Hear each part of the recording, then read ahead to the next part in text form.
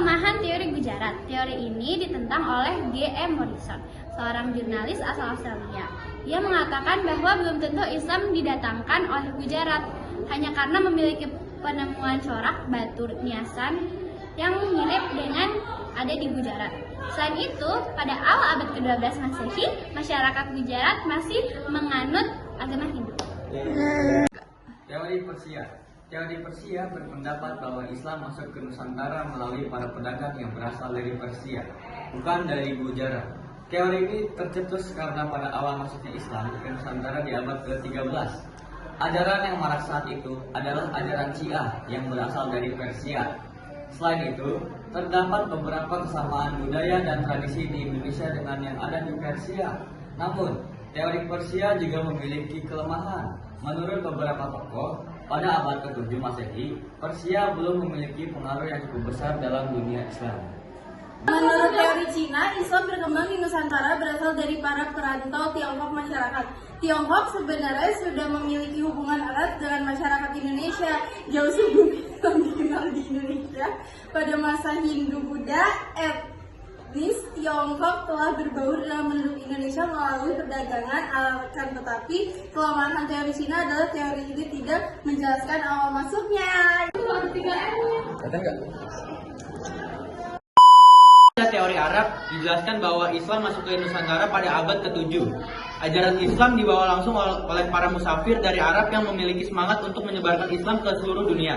Namun, teori Arab memiliki kelemahan. Teori ini dianggap kurang memiliki sumber tertulis yang menjelaskan peranan bangsa Arab terhadap proses penyebaran ajaran Islam di Indonesia. Lalu jangan gerak-gerak.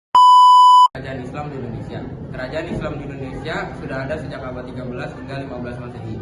Munculnya kerajaan Islam dikarenakan baiknya hubungan perdagangan antara Indonesia dengan negara Timur Tengah. Perkembangan kerajaan-kerajaan tersebut salah satunya dikarenakan maraknya lalu lintas perdagangan laut yang terjadi. Pedagang-pedagang Islam dari Arab, India, Persia, dan Tiongkok berbaur dengan masyarakat Indonesia yang menyebabkan menyebarnya agama Islam di Indonesia. Kerajaan tersebut tersebar pesat di beberapa daerah di Indonesia, yaitu di Sumatera, Jawa, Maluku, dan Sulawesi.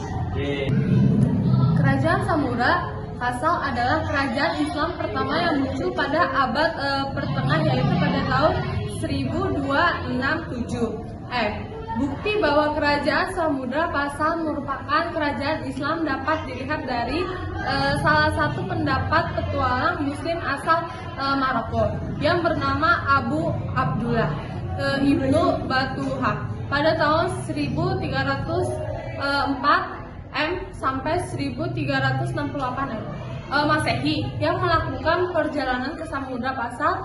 Kerajaan Samudra Pasal menjadi salah satu penyebar agama Islam pada abad ke-11 sampai 12 yang dapat membuat jumlah penganut agama Islam melampaui jumlah penganut agama corak Hindu dan Buddha yang sebelumnya merupakan agama yang paling dominan di Jawa itu. Nah, sebagian di Sumatera serta Bali dan pulau-pulau timur Indonesia, kerajaan Samudra Pasai juga menjadi salah satu studi Islam di Indonesia karena adanya campur tangan atau kerja keras dari tokoh atau pemimpin yang ada di kerajaan Samudra Pasai itu sendiri. Terima kasih.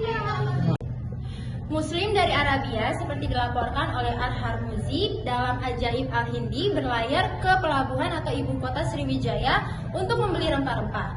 Para pelayar dan pedagang Muslim di Arabia ini kemudian juga sampai ke kepulauan rempah-rempah atau Spice Island, Maluku. Selesai. Jalur rempah bukan hanya berisi perdagangan rempah-rempah, tetapi juga sekaligus menghasilkan pertukaran ilmu, budaya, sosial, bahasa, keahlian, keterampilan, dan bahkan agama diantara sebagai orang yang berasal dari bermacam-macam tempat yang jauh. Karena itu, jalur rempah sekaligus juga menjadi melting pot sebagai konsep, gagasan, dan praksis. Dan jalur rempah menjadi sarana perpindahan semua itu dari satu tempat ke tempat lain. Udah. Lu jangan gerak-gerak. Iya.